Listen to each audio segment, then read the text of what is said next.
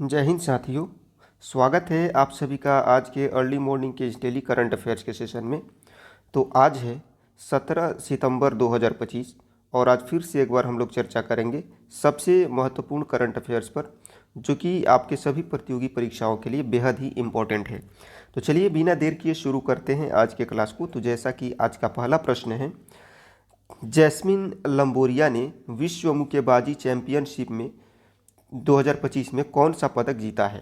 Jasmine लैम्बोरिया जो है, इन्होंने विश्व मुक्केबाजी चैंपियनशिप 2025 में जो है कौन सा पदक जीता है, इसको याद रखिएगा, स्वर्ण पदक जीता है इन्होंने। कौन सा? स्वर्ण पदक। यह चैंपियनशिप मुक्केबाजी की सबसे बड़ी वैश्विक प्रतियोगिता है, जहां की खिलाड़ी अलग अलग वजन वर्गों में लड़ते हैं। जैस्मिन ने 57 किलोग्राम वर्ग फाइनल में मुकाबला जीता, जिसमें उन्होंने पोलैंड के खिलाड़ी को 4-1 से हराया। रिपोर्ट जो है विश्व मुक्केबाजी संघ और भारत के खेल मंत्रालय के द्वारा जो है जारी की गई, जिसमें पदक तालिका का विवरण है। पहले 2023 में भारत ने 4 स्वर्ण जीते थे, लेकिन 2025 में महिलाओं ने 2 स्वर्ण सहित 4 पदक हासिल किए हैं। राष्ट्रीय स्तर पर भारत मुक्केबाजी में मजबूत है, जबकि अंतर्राष्ट्रीय तुलना में कजाकिस्तान ने 7 स्वर्ण जीत करके पहला स्थान पाया। जैस्मिन पेरिस ओलंपिक में जल्दी हार गई थी, लेकिन इस बार शानदार वापसी की आई इन्होंने। भारत ने कुल 4 पदक जीते, जिसमें 2 स्वर्ण, 1 रजत और 1 कांस्य शामिल है। यह जीत जो है युवा खिलाड़ियों को प्रेरित करेगी और खेल में महिलाओं की भागीदारी जो है बढ़ाएगी। इसको ध्यान रखिएगा। अगले प्रश्न की बात करते हैं। तो कहाँ के लाल रेत के टीले यूनेस्को की संभावित सूची में जो है शामिल हुए हैं। कहाँ के लाल रेत के टीले जो है यूनेस्को की संभावित सूची में शामिल हुए हैं, इसको याद रखिएगा। आंध्र प्रदेश के विशाखापट्टनम में। कहाँ पे? विशाखापट्टनम में। ये टीले जो है एरामट्टी डिवालू कहलाते हैं, जो लाल रेत से बने प्राकृतिक पहाड़ हैं और पृथ्वी के पुराने इतिहास को दिखाते हैं। इनकी बनावट रेत, मिट्टी और गाद से हुई है, जो लाखों साल पहले समुद्र के स्तर बदलने से बने। रिपोर्ट जो है यूनेस्को के साथ भारत सरकार और पुरातत्व सर्वेक्षण के द्वारा जो है जारी की गई, जिसमें 7 नए स्थल जोड़े गए। पहले 1886 में ब्रिटिश वैज्ञानिक ने खोजा और 2016 में भारत ने इसे राष्ट्रीय भू धरोहर घोषित किया। राष्ट्रीय स्तर पर यह आंध्र प्रदेश की अनोखी जगह है, जबकि अंतर्राष्ट्रीय तुलना में ऐसे टीले सिर्फ भारत, श्रीलंका और तमिलनाडु में ही पाए जाते हैं। अरब संरक्षण से पर्यटन बढ़ेगा और वैज्ञानिक अध्ययन आसान हो। अब जो है संरक्षण से पर्यटन बढ़ेगा और वैज्ञानिक अध्ययन आसान हो जाएगा। यह करीब 1500 एकड़ में फैले हैं, जो जलवायु बदलाव की पुरानी कहानी बताते हैं। नेक्स्ट है, हाल ही में भारत और किस देश के बीच पहली समुद्री रक्षा वार्ता हुई है। हाल ही में भारत और किस देश के बीच जो है पहली समुद्री रक्षा वार्ता हुई है, इसको याद रखिएगा, न्यूजीलैंड के साथ में। यह वार्ता जो है दोनों देशों के बीच समुद्री सुरक्षा को मजबूत बनाने का एक नया कदम है, जो आपसी हितों पर बात करती है। प्रक्रिया में नई दिल्ली में बैठक हुई, जहां प्रशिक्षण, क्षमता निर्माण और समुद्री सुरक्षा पर चर्चा की गई। रिपोर्ट जो है भारत सरकार के प्रेस सूचना ब्यूरो के द्वारा जारी किया गया, जिसमें सहयोग के नए क्षेत्र जो है बताए गए। पहले दोनों देशों के बीच ऐसी कोई औपचारिकता वार्ता नहीं थी, लेकिन अब सहयोग बढ़ाने का ट्रेंड जो है शुरू हुआ है।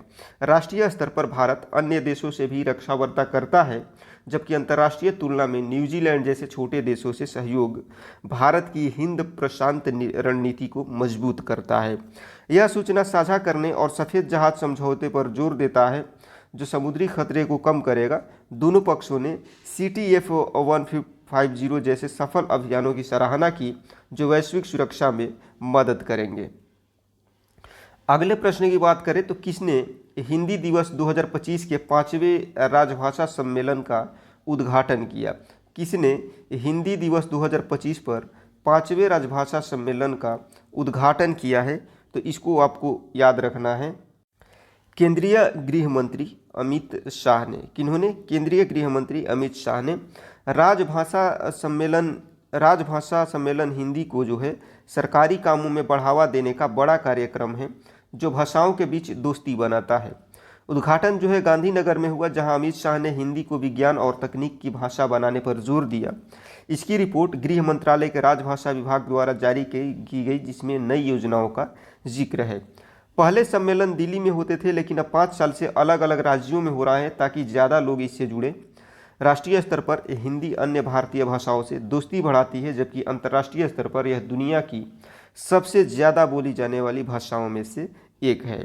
नई योजना जैसे सारथी प्लेटफॉर्म से सरकारी काम हिंदी में आसान होंगे।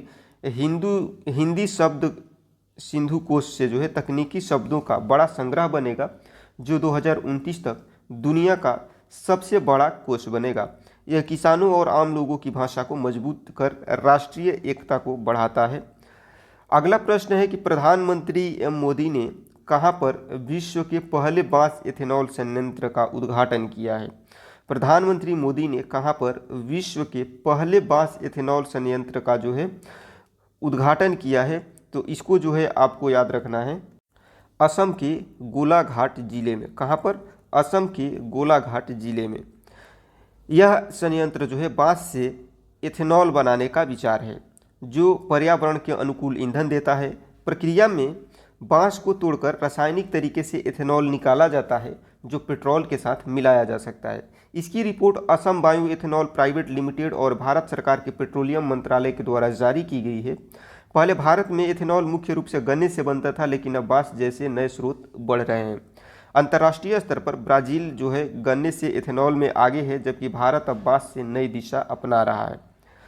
यह किसानों को बांस उगाने का मौका देगा और पूर्वोत्तर राज्यों की अर्थव्यवस्था मजबूत करेगा। सालाना 5 लाख टन बांस की ज़रूरत होगी, जो स्थानीय रोजगार को बढ़ाएगा। तो इन सभी बातों को ध्यान में रखिएगा। तो उम्मीद करता हूं कि आज के सभी प्रश्न जो है आपको बेहतर तरीके से समझ में आ गए होंगे और सारी चीज़ें जो है आपको याद हो गई होंगी। तो क्लास आपको कैसा लगा कमेंट सेक्शन में मेंशन करना नहीं भूलिएगा। अच्छा लगा हो तो लाइक करिएगा, हेल्पफुल लगा हो तो दोस्तों को शेयर करिएगा, ताकि वो भी इसका जो है लाभ उठा सके। और यदि आप हमारे चैनल पर नए हैं, आपको लगता है कि हम आपकी प्रतियोगी परीक्षा की तैयारी को और बेहतर बना सकते हैं, तो चैनल को सब्सक्राइब करना ना भूलें। मिलते हैं आपसे नेक्स्ट क्लास में, तब तक के लिए सबको जय हिंद।